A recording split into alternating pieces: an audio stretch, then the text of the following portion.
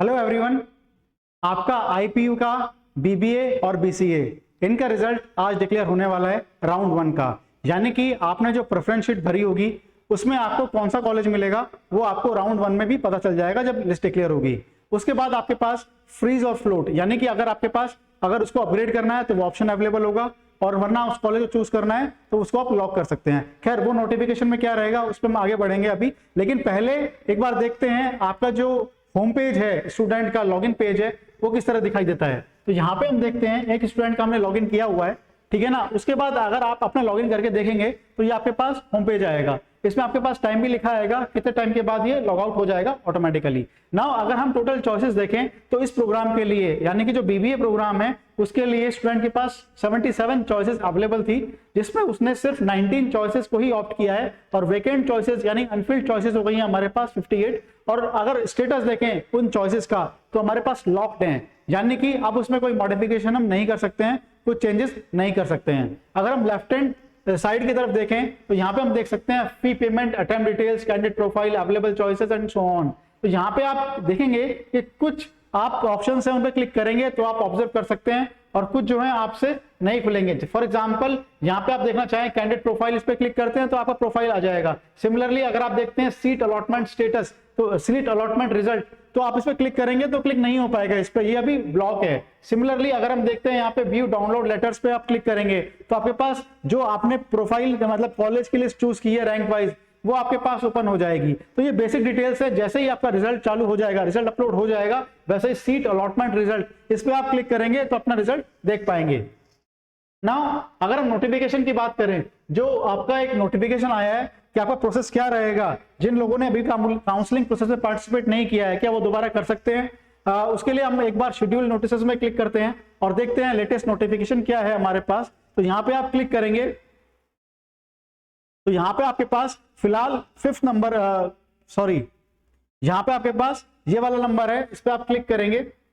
IPU बहुत ही regular updates provide कर रहा है सभी प्रोग्राम के लिए। इनका मेन पर्पस ये है सीयूईटी का जब तक रिजल्ट आए तब तक काफी प्रोसेस इनका आगे बढ़ जाए। तो यहाँ पे आप देख सकते हैं कि इनका रिजल्ट टेंटेटिवली आज इवनिंग तक आ जाना चाहिए, लेट इवनिंग तक। तो ये प्रोग्राम्स है master of arts mass communication, bachelor of computer application CET code 114, ये बीसीए प्रोग्राम है आपका।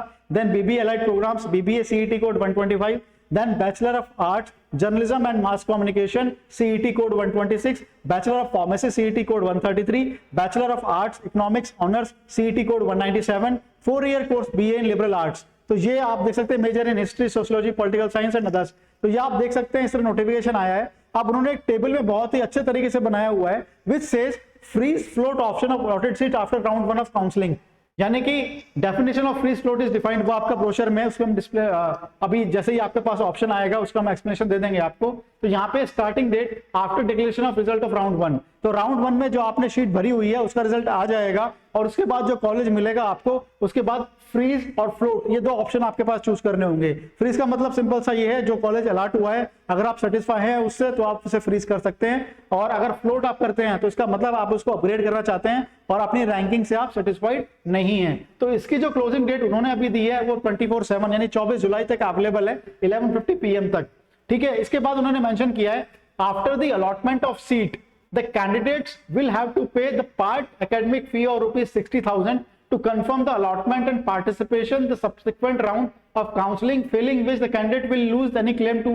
तो इसका सिंपल सा मतलब ये है, अगर आपको काउंसलिंग में आगे बने रहना है, कोई कॉलेज चूज करना है, तो आपको एक 60,000 रुपीज का जो अमाउंट है वो पे करना होगा। वो कहाँ पे करना होगा, वो आप उसका पे का लिंक आ जाएगा, आप उसे पे कर सकते हैं ना। दो मेजर डाउट्स स्टूडेंट्स के दिमाग में है इसको लेके, क्या ये जो फी है हमें तभी पे करनी है जब हम फ्लोट का ऑप्शन करते हैं? यस, ये आपको तब भी पे करनी है जब आप फ्लोट करते हैं। सेकंड, क्या ये फी रिफंडेबल है? यस, ये फी जो है आपकी ये कंप्लीटली रिफंडेबल है। ऐसा नहीं है कि आप कॉलेज बाद में चूज नहीं करते हैं, सपोज अभी सीयूईटी का रिजल्ट बाकी है या सीयूईटी के थ्रू डीयू लेते हैं और कोई यूनिवर्सिटी ऑप्ट करते हैं, वो आपकी प्राइमरी प्रेफरेंस है, तो क्या ये रिफंडेबल होगा? Yes, it is completely refundable, लेकिन इस पर्टिकुलर इसकी डेट रहेगी, उस डेट तक ही आपको रिफंड कर पाएंगे, उसके बाद इसको रिफंड नहीं कर पाएंगे, इसमें कोई अमाउंट डिडक्ट नहीं होगा, it will be completely refundable.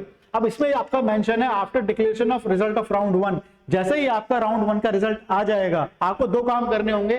पहला तो आपको काम करना होगा कि आपको फ्रीज और फ्लोट ऑप्शन चूज करना होगा, और दूसरा आपको 24/7 24 जुलाई तक 60,000 का अमाउंट है वो भी पे करना होगा, जो कि ऑब्वियसली ऑनलाइन होगा। There will not be cash payment. अगर आप कैश पे करना चाहते हैं तो पॉसिबिलिटी नहीं होगी, only online debit card, credit card, net banking या यूपीआई वगैरह जिससे भी होता है वो आपका रहेगा, ठीक है ना। Now next is candidate can print provisional allotment letter, जो आपको अलॉटमेंट कॉलेज होगा वो आप ले सकते हैं। Proof of payment of part academic fee payment receipt of 60,000, यानी कि जो आपने पेमेंट किया होगा 60,000 का वो भी आप प्रिंट ले सकते हैं। ये 60,000 एक सिक्योरिटी अमाउंट है, ये कॉलेज की टोटल फी नहीं है, ये सिर्फ आपकी एक पार्ट पेमेंट फीस है कि आप थोड़ा इंटरेस्टेड है काउंसलिंग प्रोसेस में। अगर आप बिल्कुल भी इंटरेस्टेड नहीं है तो आप 60,000 पे नहीं करेंगे और आप काउंसलिंग प्रोसेस से बाहर हो जाएंगे। लेकिन 60,000 पे करते हैं, इसका मतलब ये है थोड़ा बहुत आप आईपीयू की तरफ इंक्लाइंड हैं। ऐसा नहीं है कि आप आईपीयू में एडमिशन डेडिकेटेड हैं, एक थोड़ा सा इंक्लिनेशन है आपका। इसलिए सपोज किसी कॉलेज की फी फॉर एग्जांपल 1,10,000 रुपए है, तो 60,000 आप अभी पे कर देंगे, और कॉलेज अगर बाद में ले लेते हैं वो, तो जो बैलेंस अमाउंट है 50,000 रुपीज वो आप बाद में पे कर देंगे। तो ये पार्ट पेमेंट है, ये टोटल पेमेंट नहीं है फी का, ठीक है ना। तो ये आपको ध्यान रखना है।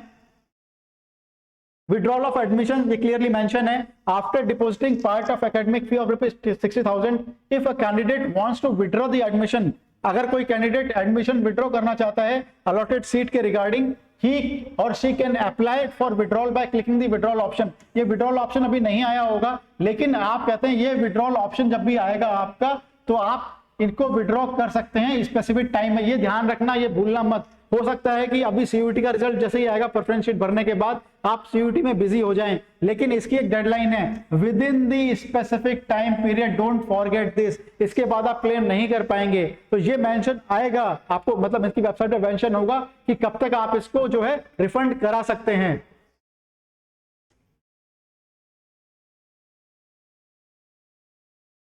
ये भी आपके पास मेंशन है, ठीक है ना। तो अब आगे बढ़ते हैं नोटिफिकेशन की तरफ। एक सेकंड जो आपके पास है एक्टिविटीज फॉर राउंड 2, इसमें ये मेंशन है candidate who have appeared for common entrance test and their name receipt, यानी जिन्होंने अपीयर किया था लेकिन वो काउंसलिंग प्रोसेस में पार्टिसिपेट नहीं कर पाए थे, ये पहली बार उनको ऐसा मौका मिल रहा है कि आपके काउंसलिंग प्रोसेस जो है वो दोबारा ओपन हो रहा है। इसका मतलब आप ये चीज दोबारा जो है जिन्होंने फिल नहीं किया था वो दोबारा काउंसलिंग प्रोसेस पे पार्टिसिपेट कर सकते हैं 1,000 रुपीज पे करके, अगर उन्होंने सीईटी का एग्जाम दिया है तो। इसकी डेट भी मेंशन है, 26 जुलाई को ये ओपन होगा 11 बजे सुबह, और 27 जुलाई को ये एंड हो जाएगा रात को 11:50 पे। ये भी जिन्होंने मेंशन किया हुआ है, candidates have to complete both the process, that is enrolment for centralised online process, counselling and payment of participant 1,000 rupees. यानी कि सिर्फ आपको काउंसलिंग में ही पार्टिसिपेट नहीं करना होगा, पूरा काउंसलिंग प्रोसेस जो होगा वो फ्रीज एंड फ्लोट वाला ऑप्शन, जो प्रेफरेंस शीट वाला ऑप्शन होगा वो आपको फिल करना होगा। उसी के बाद आप जो है प्रोसेस कंप्लीट कर पाएंगे, इससे पहले ये प्रोसेस कंप्लीट नहीं होगा। अब यूनिवर्सिटी ने आपको बताया है कब कब आपका डॉक्यूमेंट वेरिफिकेशन भी होगा। तो जो लोग कैटेगरी में बिलोंग करते हैं या जिन्होंने अपने डॉक्यूमेंट्स अपलोड किए हैं, तो उसका जो डॉक्यूमेंट वेरिफिकेशन होगा वो भी आपको मेंशन किया हुआ है 27 से लेकर 28, यानी 27 और 28 इन 2 दिनों में आपका डॉक्यूमेंट वेरिफिकेशन होगा। उसके बाद आपको जो है कॉलेज में कोई प्रॉब्लम होगी या अलॉटमेंट होगा वो आपका कर दिया जाएगा। अब ये result of the round 2 is likely to be declared on 31 July, यानी राउंड 1 का जो रिजल्ट है वो आपके पास आज आने वाला है, राउंड 2 का जो रिजल्ट है वो 31 जुलाई तक आ जाएगा। अब राउंड 1 और राउंड 2 में डिफरेंस ये है, राउंड 1 में जिन्होंने पहले काउंसलिंग प्रोसेस में पार्टिसिपेट कर दिया है फिर वही आपका रिजल्ट डिक्लेयर होगा, लेकिन राउंड 2 का जब रिजल्ट आएगा तो राउंड 1 और राउंड 2 में जो आप देखेंगे जिन्होंने काउंसलिंग प्रोसेस में पार्टिसिपेट अब तक नहीं किया है वो दोबारा 1,000 रुपीज देके काउंसलिंग प्रोसेस में बने रह सकते हैं, और राउंड 2 में जो है उनका रिजल्ट भी कंबाइन किया जाएगा उसके साथ और फिर कंबाइंड रिजल्ट बनाया जाएगा। तो राउंड 1 में डेफिनेटली जो है वो कम लोगों का रिजल्ट आएगा। तो राउंड 1 में अगर आपको अच्छा कॉलेज मिल जाता है तो चांसेस हैं आपको उसे फ्रीज कर देना चाहिए, क्योंकि राउंड 2 में जिन लोगों ने पार्टिसिपेट पहले नहीं किया होगा काउंसलिंग प्रोसेस में, ऑब्वियसली वो भी आगे आ जाएंगे अब और उसको पार्टिसिपेट कर लेंगे। ठीक है, यहाँ पे रिजर्वेशन कैटेगरी के लिए कुछ मेंशन किया हुआ है, ये आप डिटेल्स देख सकते हैं किस कैटेगरी का कब तक आपके पास डॉक्यूमेंट्स होना चाहिए, आपको डिफेंस कैटेगरी में क्या रहना चाहिए, जनरल या आपके पास ST/SC कैटेगरी में, ओबीसी कैटेगरी में तो आपके पास क्या रहना चाहिए। तो ये इंस्ट्रक्शंस एक बार देख सकते हैं आप। ये आपको मेंशन किया हुआ है registration and submission of the counselling participation fee. ये पिछली तरह आपको लॉगिन करना है, जब वो दोबारा ओपन होगा आपके पास काउंसलिंग प्रोसेस, जिन्होंने पार्टिसिपेट नहीं किया है 1000 रुपीज देके उन्हें काउंसलिंग प्रोसेस में बने रहना है और उनको पे करना है। ये थोड़ा इंपॉर्टेंट है, results allocation of seats in every round, ये हम पूरा पढ़ेंगे। After the choice filling period is over, जब चॉइस फिलिंग पीरियड ओवर हो जाता है, all the choices preference filled by the candidate will be considered for online allotment of seats as per the merit and respective category and region. All such candidates are listed below will not be considered for allotment of seats. यानी इनको allotment नहीं होगा जो इन चीजों को follow नहीं करेंगे। Candidates who have not paid the counseling participation fee, यानी जिन्होंने पार्टिसिपेट करने के लिए रजिस्ट्रेशन तो कर दिया है पर जो आपकी 1000 रुपए की काउंसलिंग फी है अगर उसे पे नहीं किया है तो ऑब्वियसली वो काउंसलिंग प्रोसेस में नहीं बने रहेंगे, उन्हें वो पे करना ही होगा। Paid the counselling participation fee but not registered और वाइस वर्सा, दोनों ही प्रोसेस, पहले उन्होंने पे कर दिया पर पूरा रजिस्ट्रेशन कंप्लीट नहीं किया, रजिस्ट्रेशन आपका कर दिया है पर पेमेंट नहीं कर पाए किसी वजह से, तो ऑब्वियसली उनका जो है प्रोसेस एंड हो जाएगा, वो पार्टिसिपेट नहीं कर पाएंगे। Paid the counselling participation fee and registered but not fill choice preferences, हमको लगता है कि हमने पार्टिसिपेशन कर लिया है अब प्रोसेस एंड हो गया है, नहीं। अगर आप प्रेफरेंस शीट नहीं भरते हैं, अपनी प्रेफरेंस चॉइसेस नहीं भरते हैं तो आपका एडमिशन विल बी कैंसिल्ड। ऐसा नहीं है आपने पेमेंट कर दिया, रजिस्ट्रेशन कर दिया, काउंसलिंग फी पे कर दी, नहीं,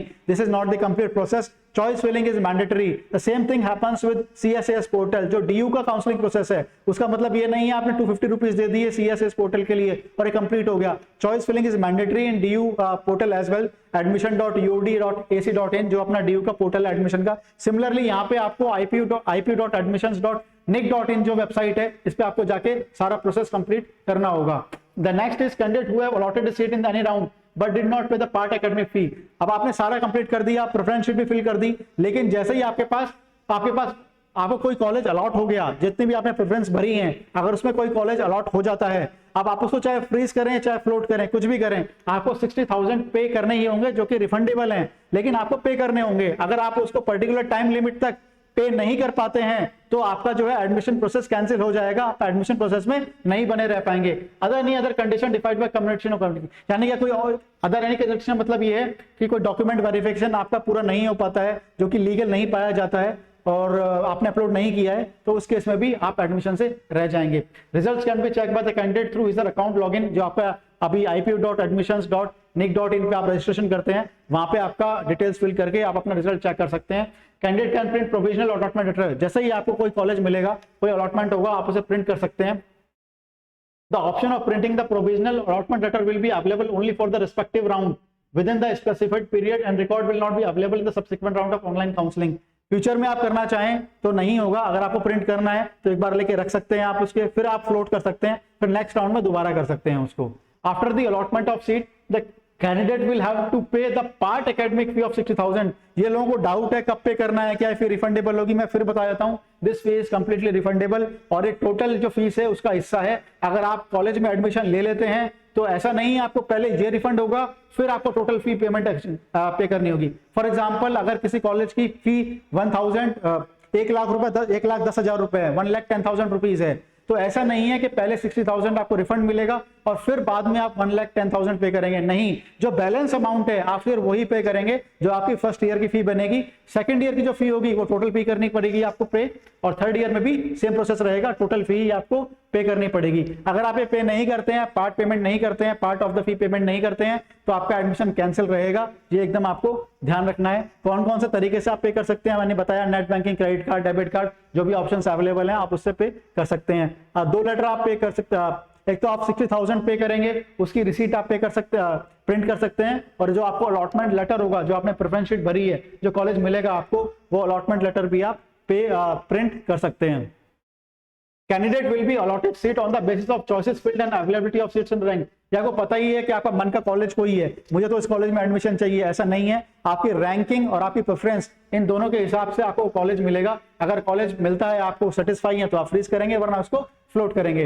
it is to inform that the seat allotted through online counselling on the basis of choice preferences filled by the candidate will be binding and there will no claim of the candidate to previously allotted चीज।